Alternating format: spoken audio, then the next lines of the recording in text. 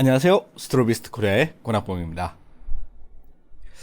네, 오늘은 루미나4에 대해서 한번 말씀드려 보도록 하겠습니다. 여러 가지 많은 소개도 있고 이미 많은 강의 영상이나 이런 것들이 있는데 여기서 말씀드릴 내용은 제가 느낀 루미나는 어떤 프로그램이고 어떻게 사용을 해야 되는지 거기에 관해서 총 3편에 나누어 가지고 이야기를 드리려고 합니다.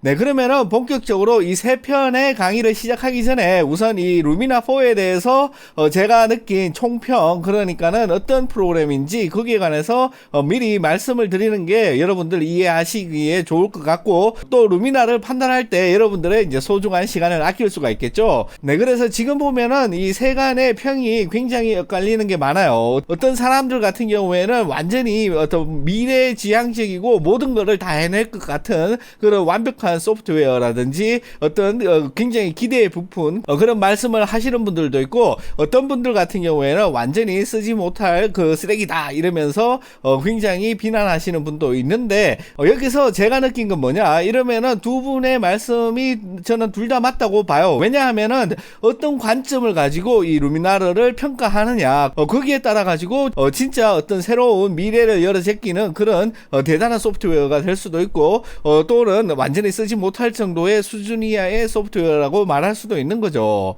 그래서 결국 어떤 느낌이 있냐, 이러면은 마치 십자 나사를 푸는데 일자 드라이브로 갔다가 막 열려고 하다가 안 돼가지고 버리는 사람도 있고, 어떤 사람들은 그동안 열지 못했던 아주 별 모양의 나사인데 이게 드디어 이제 별 모양의 드라이브를 이제 찾은 거죠. 그래가지고 그 나사를 열 수가 있으니까는 완전히 모든 것들을 그냥 좋게만 바라보는 그런 두 가지 시선이 공존하고 있는 것 같습니다. 그래서 제가 본 결론은 뭐냐, 이러면은 이 루미나르4 같은 경우에는 여러분들도 아시다시피 AI, 그러니까는 인공지능을 사용을 해가지고 우리가 그동안 보정해왔던 이런 것들을 조금 더 편하고 간편하게 할 수 있는 그런 툴이다, 저는 그렇게 생각을 하는데, 이거를 완전히 라이트룸이라든지 캡처원 또는 포토샵을 대체할 그런 소프트웨어로 바라보는, 그러니까는 이제 십자 드라이버를 여는데 일자 드라이버를 갖고 이거 열려면 안 되죠. 그래서 제가 봤을 때는 적재적소에 잘 사용하면은 충분한 가치를 가지고 있는 소프트웨어다, 이게 바로 결론입니다. 그러면은 이제 본격적인 이야기를 한번 시작해 보도록 하겠습니다.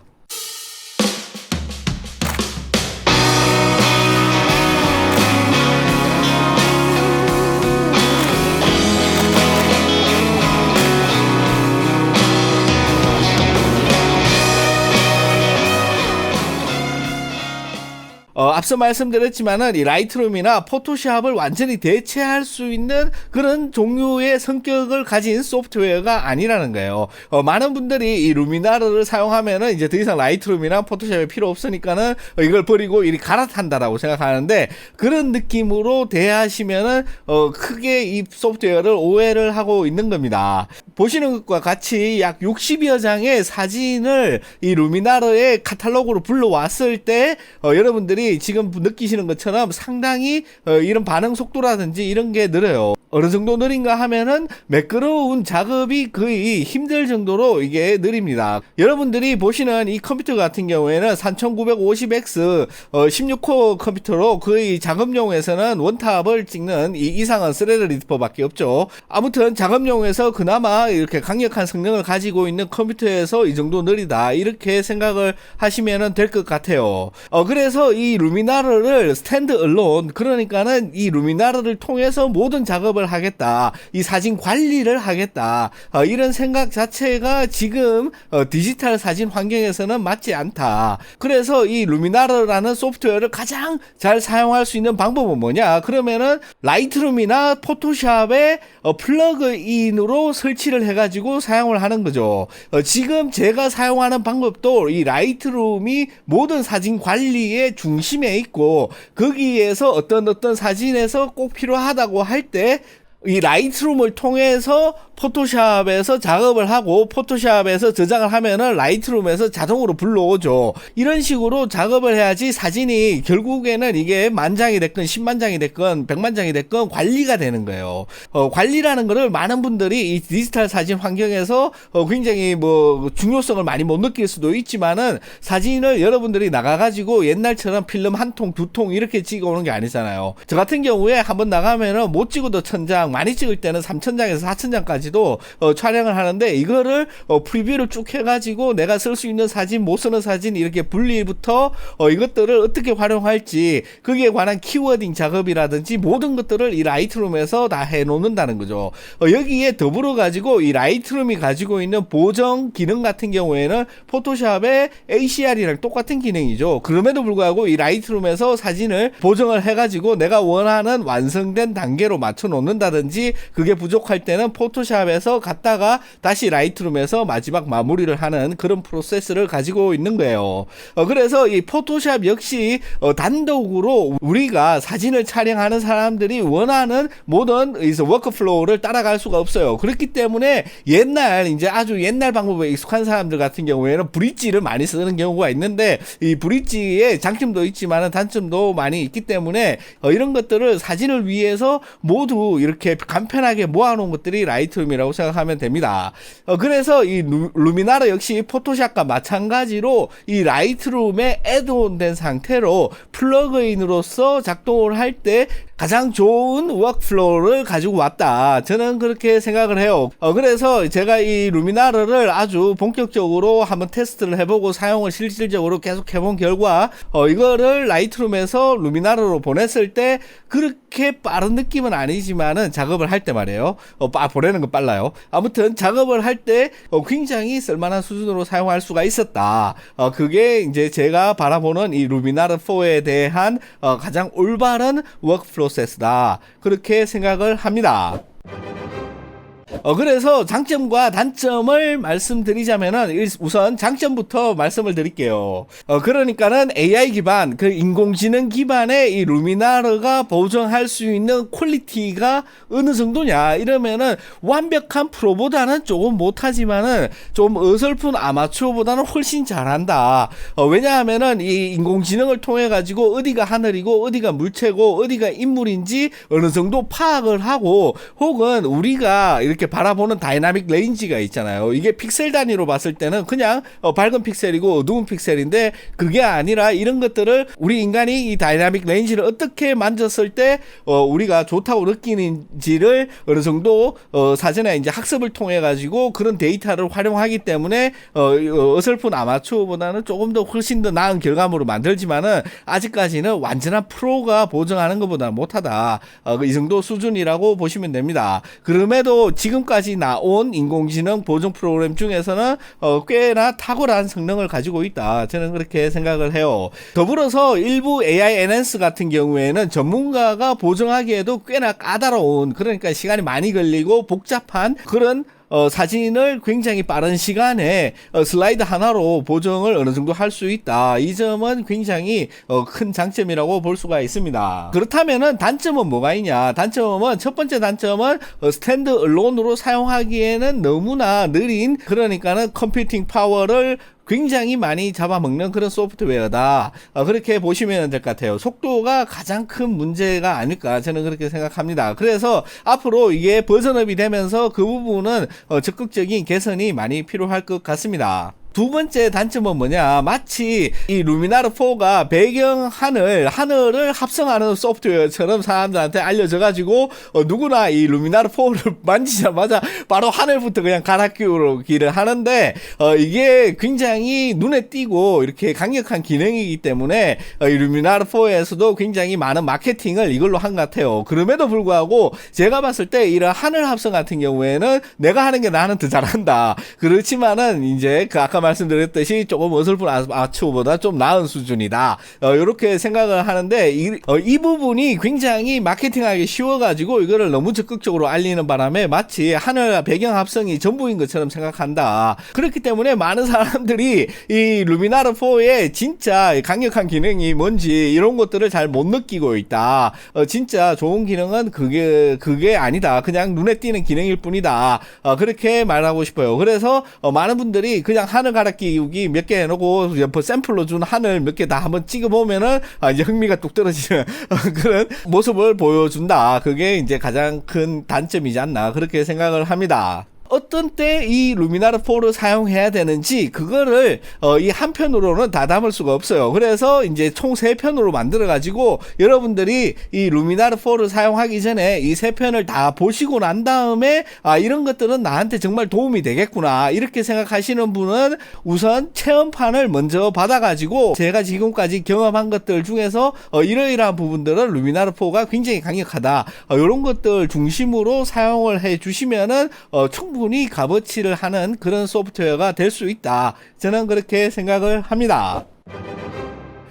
네, 우선 루미나르 4를 설치하는 방법은 여러분들이 루미나르 4 홈페이지에 가가지고 충분히 잘 아실 수 있으니까는 이 루미나르 4를 갖다가 사용을 할 때 이 라이트룸을 어떻게 세팅해야 되는지 거기서부터 말씀드리도록 하겠습니다. 이 포토샵 같은 경우에는 특별히 따로 세팅할 필요는 없죠. 그렇기 때문에 포토샵은 놔두고 우선 이 관리의 기준이 되는 이 라이트룸에서 외부 편집을 어떻게 세팅하는지 말씀드리도록 할게요. 가장 먼저 편집에 가셔가지고 환경 설정에 들어갑니다. 이 환경 설정에 들어가신 다음에 외부 편집이라는 탭이 있어요. 이 외부 편집이라는 탭을 클릭을 하시고 포토샵에서 편집할 때는 TIFF 파일을 추천드립니다. 왜냐하면 손실이 하나도 없기 때문에 그렇고 비트 심도는 16비트로 해주세요. 여러분들이 만약에 이게 너무 느리다 이러면은 이거를 좀 8비트로 바꾸셔도 상관은 없습니다. 그리고 색상 공간은 어도비 RGB예요. 마찬가지로 추가 외부 편집기라는 게 있죠. 이 같은 어도비 회사가 아니기 때문에 루미나르는 이 추가 외부 편집기에 영향을 받습니다. 그래서 어떻게 세팅을 해야 되느냐 이러면은 똑같이 파일 형식은 TIFF 파일로 가지고 갑니다. TIFF 파일이 로우 데이터를 잃어버리지 않고 전송을 할 수 있는 범용 그 포맷으로는 가장 좋죠. 단지 용량이 많은 게 흠입니다. 용량만 상관이 없다면은 무조건 TIFF 파일로 가는 게 좋아요. 그 다음에 색상 공간은 이 사진의 표준적인 색상 공간인 어도비 RGB로 가시면 되고 비트 심도를 16비트로 하시면 돼요. 그리고 해상도 같은 경우에는 아무런 상관이 없기 때문에 이거는 크게 신경 쓰지 않고 240 기본 값으로 놔두시면 됩니다. 다음으로 압축 같은 경우에는 이 TIFF 파일의 용량을 아끼기 위해서 압축을 할 수가 있는데 압축 이런 거 필요 없죠. 푸는데 시간만 많이 걸리고. 그래서 압축 없는 걸로 저는 추천을 합니다. 그래서 여러분들의 컴퓨터가 이런 포맷을 감당을 못한다. 그럴 경우에 가장 먼저 8비트로 바꿔주시고 그래도 안 된다. 이럴 경우에 이제 최후의 수단으로 JPG 파일을 선택을 하시면 되는데 JPG 파일 같은 경우에는 별로 추천드리지 않고 컴퓨터를 업그레이드 하는 것을 추천드립니다. 요렇게 세팅을 하시면은 루미나 4를 사용하실 준비가 다 되셨어요. 다음으로 루미나 4를 어떻게 실행을 하느냐 그럴 경우에 이 사진을 클릭을 하시고 오른쪽 마우스를 클릭 그 다음에 응용 프로그램에서 편집하시면은 여러분들이 제대로 인스톨을 했다면은 이 루미나 4가 나오게 됩니다. 여기서 이 루미나 4를 선택해 주시면은 이렇게 대화창이 떠요. 보시면은 라이트룸 조정 4번으로 편집, 4번 편집, 원본 편집이 있는데 조정 4번으로 편집이라는 거는 내가 이 라이트룸에서 보정한 값들을 매겨 가지고 TIFF 파일로 내보낼 것인지 원본 파일 같은 경우에는 이 라이트룸에서 조정한 이 모든 값을 무시하고 완전히 로우 파일을 컨버팅해갖고 보낼 것인지 그거를 물어보는 겁니다. 보통 라이트룸 조정 4번으로 편집을 선택하시면 돼요. 제가 여기 노출 값이라든지 이런 거를 살짝 만졌기 때문에 그렇습니다. 만약 이런 대화 상자가 안 나온다 이러면은 여러분들이 이 로우 파일을 라이트룸에서 건드리지 않았기 때문에 그런 거예요. 네, 이렇게 이제 편집을 선택을 합니다. 그러면은 그러면 여러분들이 보시는 대로 루미나 4가 실행이 되고 실행이 되면서 이 사진을 가지고 오는 시간은 그렇게 길지가 않아요. 생각보다 이 시간은 상당히 빠릅니다. 네, 그러면은 여러분들이 보시는 대로 루미나 4는 이렇게 열려요. 이렇게 열리는데 밑에 있는 것들 얘네들은 이제 프리셋입니다. 프리셋. 그러니까는 클릭을 해가지고 이 모든 조정값들 오른쪽에 있는 이 조정값들을 이미 조정해 놓은 것들을 적용을 시키는 거죠. 요런 것들은 이제 한번 눌러 보시면 되고, 저는 이런 것들 누르는 거는 이제 일이 아니기 때문에 강의 내용에 포함하지 않습니다. 아무튼 그리고 위에 보시면은 이제 풀다운 메뉴가 있어요. 풀다운 메뉴가 일반 소프트웨어처럼 이렇게 있습니다. 그리고 나서 요 위에 요렇게 보시면은 다양한 툴이 있습니다. 다양한 툴박스가 요렇게 나와 있어요. 그리고 나서 오른쪽에 가장 큰 면적을 차지하는 요런 메뉴 도구들이 있습니다. 이 슬라이드 도구들인데, 맨 위에 보시면은 히스토그램이 있고, 그리고 나서 여러 가지 어떤 보정 메뉴들이 있죠. 눌러 보시면은 이렇게 열렸다가 다시 한번 누르면은 접히는 이런 구조로 되어 있습니다. 그 다음에 여기 옆에 보시면은 다양한 모듈들이 있어요. 위에 얹어 보시면은 이제 주요 도구, 그 다음에 크리에이티브, 그리고 세로로 한글로 나오는데 이건 포트레이트입니다. 포트레이트 인물 사진. 그리고 직업적인으로 나와 있는데 이거는 이제 프로 옵션이 이렇게 있습니다. 그래가지고 한 4개 정도의 모듈이 있다. 맨 위에는 레이어와 캔버스 이렇게 있고, 밑에는 히스토리죠. 이제 내역이 나와 있고, 그 다음에 이제 간단하게 히스토그램 표시라든지 이런 것들을 선택할 수 있는 점 3개, 요게 점 3개가 있습니다.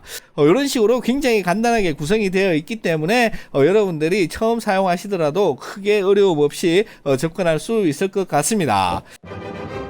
네, 이렇게 오늘은 루미나르 4를 어떻게 사용해야 될지, 그리고 이 루미나르 4의 첫인상을 한번 살펴봤습니다. 다음 시간부터는 말씀드렸듯이 풍경과 다큐멘터리, 그리고 3편에서는 다큐멘터리와 인물, 이런 식으로 집중적으로 제가 어떻게 사용을 하는 건지 제안을 드리는 강의 형식으로 진행을 해보도록 하겠습니다. 그러면은 이렇게 시청해주신 모든 분들께 진심으로 감사드리고요. 다음 시간에 또 뵙도록 하겠습니다. 고맙습니다.